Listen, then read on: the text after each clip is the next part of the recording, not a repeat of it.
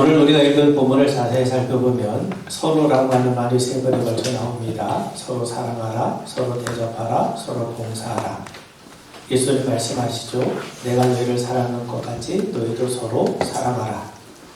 인간들이 생각하는 서로라고 하는 관계는 계약적인 관계입니다.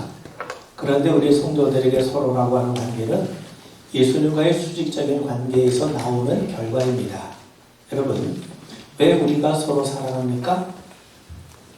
하나님께서 우리를 열심으로 사랑해 주셨기 때문입니다. 아멘. 왜 우리가 서로 대접합니까? 우리 주님께서 우리를 섬겨주시고 대접해 주셨기 때문이죠. 왜 우리가 봉사합니까? 주님께서 하늘의 보좌 영광을 버리시면서까지 우리를 봉사해 주셨고 섬겨주셨기 때문에 그렇습니다. 그런 의미에서 우리가 행하는 사랑, 대접, 봉사는 원인이 아니라 결과입니다. 예수님이 우리를 뜨겁게 사랑해 주셨어요. 우리를 귀하게 여겨주셨어요. 섬겨주셨어요. 그 은혜를 받아 그 은혜에 따라서 우리도 서로 사랑하고 대접하고 봉사하는 겁니다. 오늘 8절에 보시면 무엇보다도 열심으로 서로 사랑할지니 사랑은 허다한 죄를 덮느니라 라고 말씀하죠. 그리스도인에게 사랑이란 말은 전혀 낯설거나 새로운 것이 아닙니다. 그런데도 예수님은 서로 사랑하라 라고 말씀해요. 왜 우리가 서로 사랑해야 됩니까? 서로 사랑해야 될 이유가 어디 있습니까? 우리가 주님의 다함없는 변함없는 한결같은 사랑을 받았기 때문에 그렇습니다.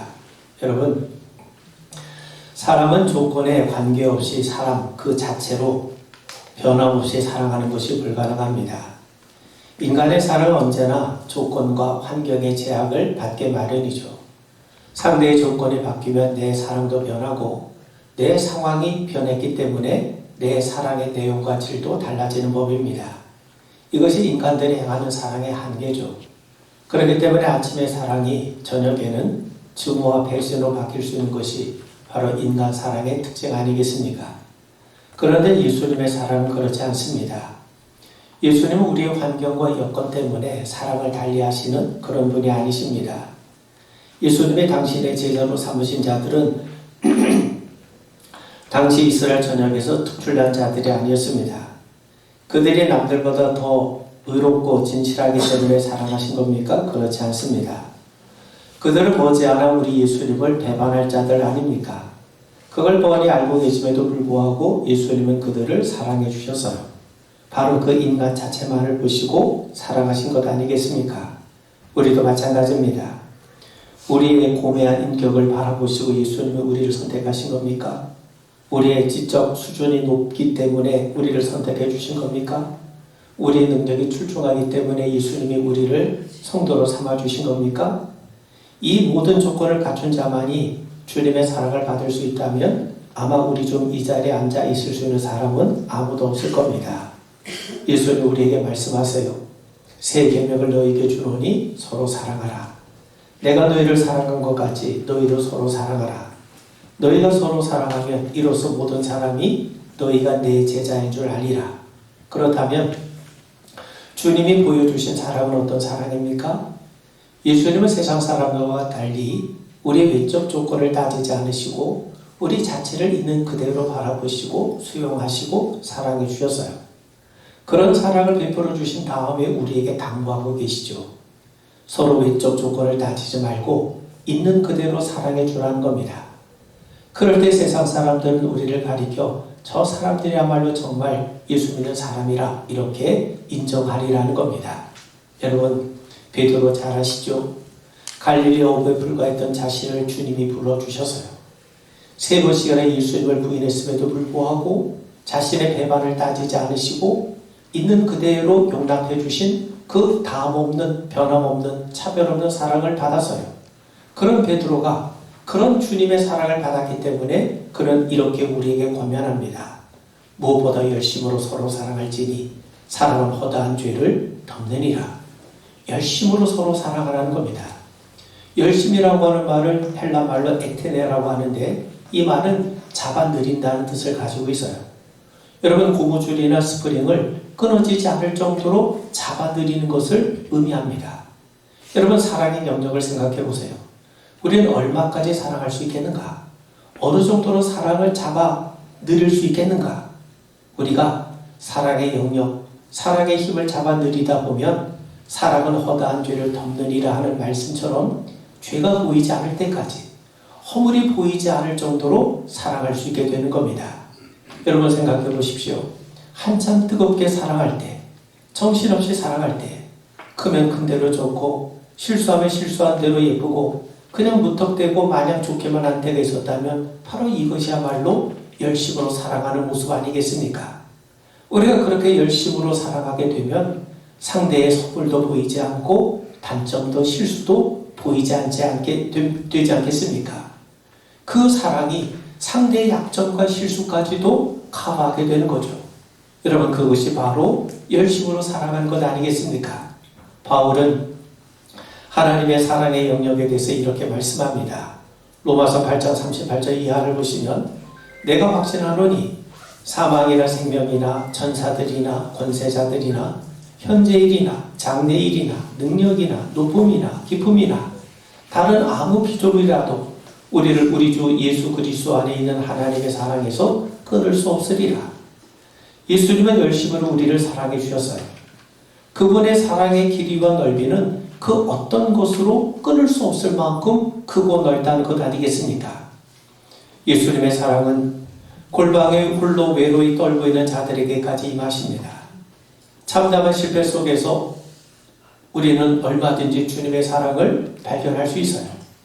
끝이 보이지 않는 중증의 병상에서도 우리는 주님의 사랑을 느낄 수 있습니다. 그만큼 주님은 열심을 다해 우리를 사랑해주고 계십니다. 세상 사람들은 어려운 환경에 처한 자들을 멀리하고 버리죠. 그리고 이용 가치가 있는 또 다른 사람을 찾아 나서게 되지 않습니까? 그런데 주님께서는 우리가 어려운 상황에 처할수록 오히려 우리를 더 가까이 다가와 주십니다. 요셉의 감옥에 갇혀 있을 때 그리하셨고, 모세가 실패했을 때도 그리하셨고, 히스기야가 병중에 누워 있을 때도 마찬가지셨습니다. 온 세상 사람들이 나를 버려도 여전히 주님은 날 버리지 않으시고 한결같은 사람으로 맞이해 주심을 믿으시길 바랍니다. 우리에게 그럴 만한 자격이 있어서가 아닙니다. 저는 그럴 형편이 되지 못함에도 불구하고 우리를 사랑하세요. 그래서 우리가 주님 앞에 외칠 수 있는 것은 이것밖에 없는 것 아니겠습니까? 아, 하나님의 은혜로 이 쓸데없는 자 왜 구속하여 주는지 난 알 수 없도다. 내가 믿고 또 의지함은 내 모든 형편 잘 아는 주님 늘 돌보아 주실 것을 나는 확실히 아네. 하나님의 사랑을 우리가 설명한 길은 없지만 단 한 가지 분명한 것은 하나님께서는 어떤 상황 속에서도 변함없이 우리를 사랑해 주신다는 겁니다. 그 사랑의 힘으로 우리 역시 주님의 말씀에 따라 서로 사랑하는 자리까지 이르게 되고 순종하게 된 것 아니겠습니까? 9절에 보시면 서로 대접하기를 원망 없이 하고 초대교회 당시 손님을 대접하는 것을 아주 귀한 미덕으로 여기고 있었어요.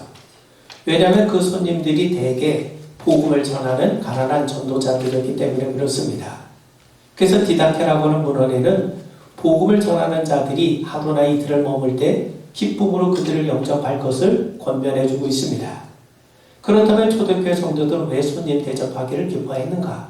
히브리서 13장 2절에 보면 손님 대접하기를 잊지 말라. 이로써 부지 중에 천사를 대접한 이들이 있었느니라.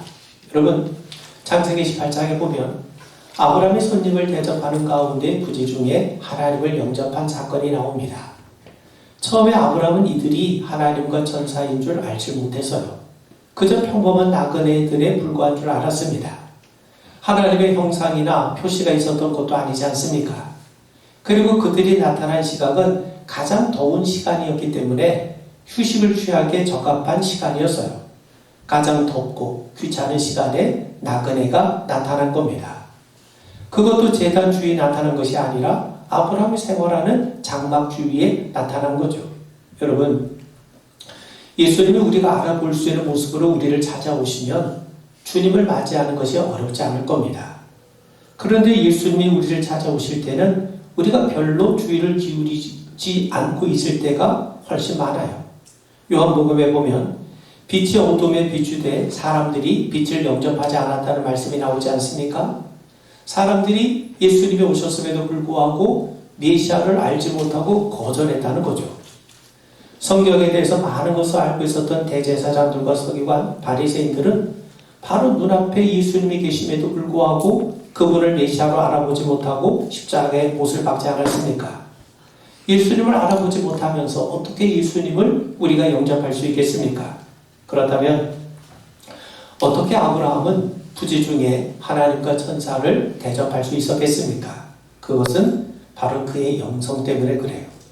창세기 18장 2절 3절에 보면 그가 그들을 보자 곧 장막문에 달려나가 영접하며 몸을 땅에 굽혀 가로되 내 주여 내가 주께 은혜를 입어 싸우면 아브라함의 태도는요 사랑과 정성을 다해 친절하게 손님을 맞이하는 모습을 우리에게 보여줍니다.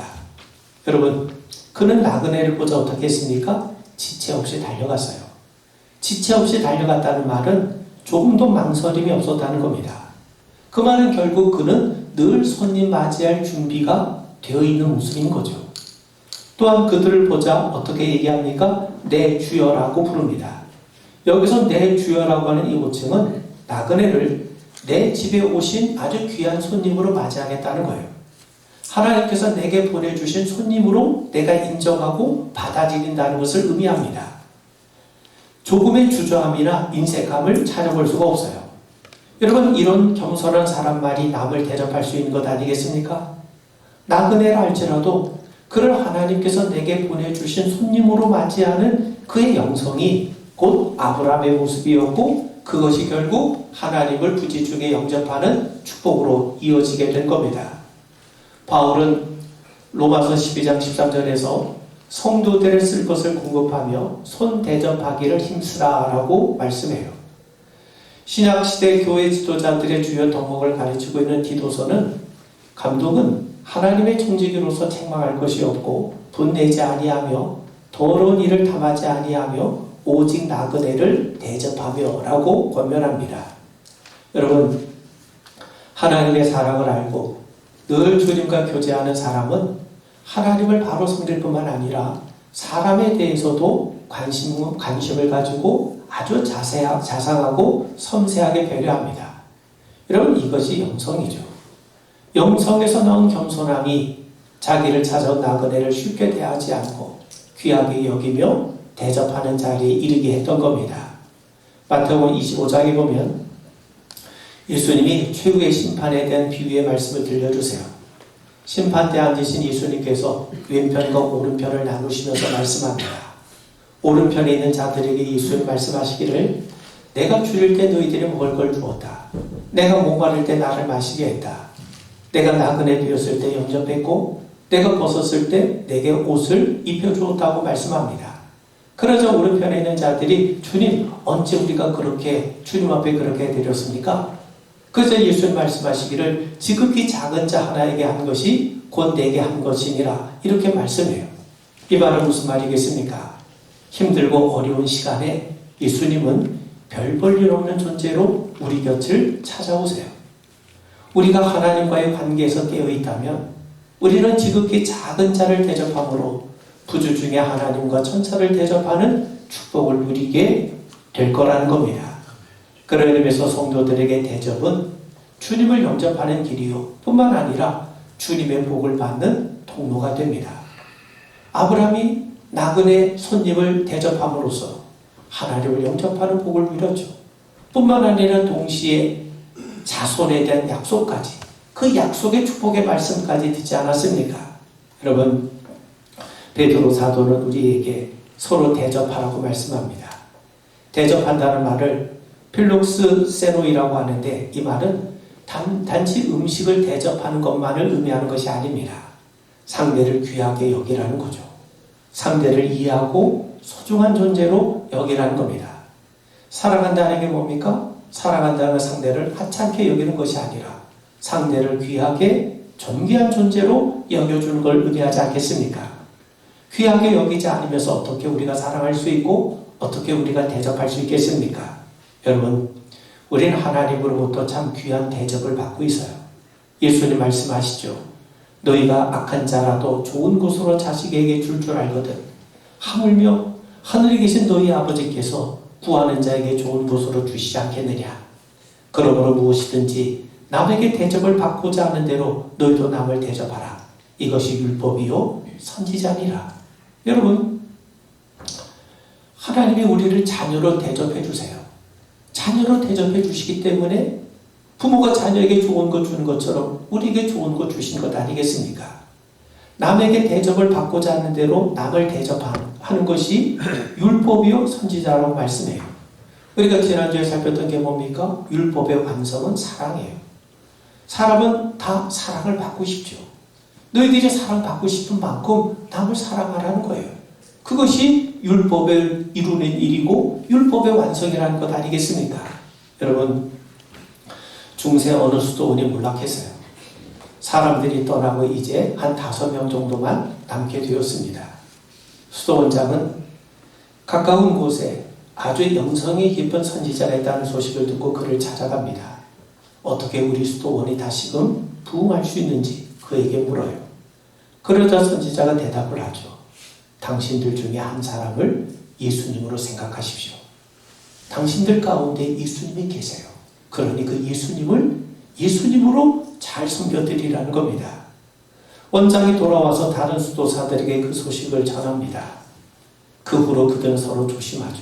왜냐하면 지금 5명이 있지만 그 5명 가운데 한 분이 예수님이세요. 그런데 그분, 어떤 분이 예수님인지 우리가 어떻게 압니까? 그러니 나머지 다른 분들을 예수님 대하는 것처럼 귀하게 여기고 귀하게 섬길 수밖에 없게 되는 거죠. 그래서 그들은 서로가 서로를 예수님 대하듯 귀하게 여기기 시작합니다. 그러던 어느 날 한 여행객이 그 수도원에 묵게 되었어요. 근데 그는 그 수도원이 다른 수도원과는 완전히 다르다는 걸 알게 됩니다. 왜냐하면 거긴 분명히 5명이 있었는데 꼭 6명이 있는 것처럼 느껴지더라는 겁니다.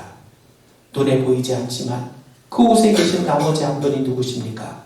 바로 주님이시죠. 서로가 서로를 예수님으로 여기고 예수님처럼 귀하게 여기다 보니 결국 나중에 이 수도원이 다시금 부흥하게 되더라는 겁니다. 베드로는 우리에게 말씀해요. 서로 대접하라는 거예요.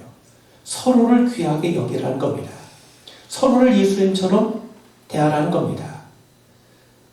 상대를 귀하게 여기지 않고 어떻게 상대에게 내가 귀함을 받을 수 있겠습니까?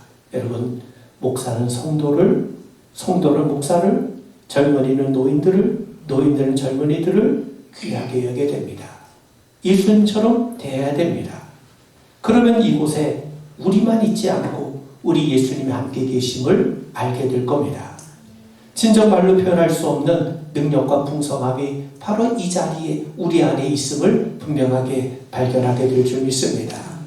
10절에 보시면 각각 은사를 받은 대로 하나님의 각양 은혜를 맡은 선한 정직이 같이 서로 봉사하라. 서로 봉사하라는 말은 서로 섬기라는 말이죠. 예수님 말씀하세요. 내가 너희들의 발을 씻겼으니 너희도 서로 발을 씻기는 것이 마땅하다. 예수님의 삶은 한마디로 섬김의 삶 아니었습니까? 예수님은 자신의 모든 것을 우리에게 드리시면서 하나님을 섬기셨어요.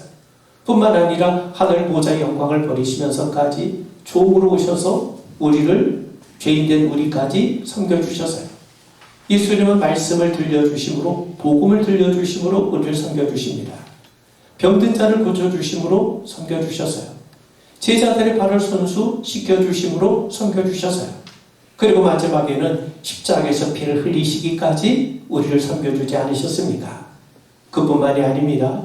지금도 하나님 보좌 우편에 계셔서 우리를 위해서 친히 중보하심으로 지금도 계속해서 우리를 섬기고 계세요. 이처럼 예수님의 삶을 한마디로 섬김의 삶입니다. 사람이 마지막 순간에, 인생의 마지막 순간에 후회하는 것 3가지가 있다고 합니다. 내가 좀 더 참을 걸, 내가 좀 더 즐겁게 살 걸, 그리고 3번째는 내가 좀 더 베풀 걸. 이것이 아쉽더라는 거죠. 여러분, 봉사는 뭡니까? 섬김은 곧 베푸는 겁니다. 여러분, 팔을 다쳐서 흰 붕대를 오랫동안 감다가 이제 풀면 팔에 힘이 없어요. 그동안 쓰지 않았기 때문에 힘이 빠져나가 버립니다. 샘의 물은 퍼낼수록 맑은 물이 되지만 아무도 찾지 않은 숲속의 옹달샘은요 떨어지는 낙엽에도 썩어버리고 맙니다. 아기에게 빨리는 젖은 점점 젖이 더 생기지만 아기에게 젖을 물리지 않으면 젖샘이 말라버리게 되는 거죠. 하나님은 사용하는 자에게 더 주세요. 그러나 사용하지 않는 자에게는 그 있는 것마저도 거둬가십니다. 여러분, 세계 2차 대전이 끝난 후에 독일의 대학생들 여러 명이 영국으로 건너갔어요. 독일군의 폭격에 파괴된 영국의 어떤 교회를 재건하는 일에 자원봉사로 떠난 겁니다. 그런데 그 교회 앞들에는 예수님의 동상이 하나 서 있는데 주님이 두 팔을 벌리고 계신 모습입니다. 그런데 그 예수님의 두 팔이 독일군의 폭격에 의해서 두 팔이 잘려져 나가고 있습니다. 잘려져 나가 있습니다. 그리고 그 동상 밑에는 이런 글귀가 적혀 있습니다. 내게로 오라. 예수님의 두 팔을 벌리시고 내게로 오라. 이런 글귀가 쓰여 있는 그런 동상이었던 거죠. 자, 그래서 그 젊은 대학생들은 이 동상을 어떻게 하는 것이 좋을지 서로 의논합니다. 예수님의 두 팔을 새롭게 잘 빚어서 붙일 것인가? 아니면 새로운 예수님의 조각상을 만들 것인가? 자, 그런데 그들은 예수님의 두 팔이 잘려진 모습 그대로 동상을 그대로 보존하기로 결론을 내립니다. 대신 동상 밑에 적힌 글귀를 이렇게 바꿔서요. 그리스도께서는 이제 우리들의 손들만을 가지고 계실 분이다. 그 말은 무슨 말이겠습니까? 예수님이 이제 두 팔이 잘려진 것처럼 예수님이 자신의 모든 것을 다 우리를 위해서 드려주셔서 우리를 위해서 자신의 모든 것을 바쳐주셔서 우리를 섬겨주셨기 때문에 이제부터는 우리가 예수님의 손이 되고 예수님의 발이 되고 예수님의 음성이 되어서 예수님의 섬김을 그대로 이어가자는 겁니다. 여러분, 오늘 본문의 말씀은 특별히 이렇게 말씀하죠. 만물의 마지막이 가까웠으니. 그렇습니다. 이제 만물의 마지막이 가까웠습니다. 그렇다면 이 마지막 때 우리가 할 일이 무엇이겠습니까? 열심으로 서로 사랑하고 서로 귀하게 대접하고 서로 봉사하는 것 아니겠습니까? 이것이 우리가 받은 은혜를 사명으로 여기며 사는 은혜 받은 자의 합당한 모습 아니겠습니까? 여러분, 예수님이 우리를 열심으로 사랑해 주셔서 그 사랑의 결과 우리는 하나님 앞에 구원받은 백성으로 서로 열심히 사랑할 수 있는 겁니다.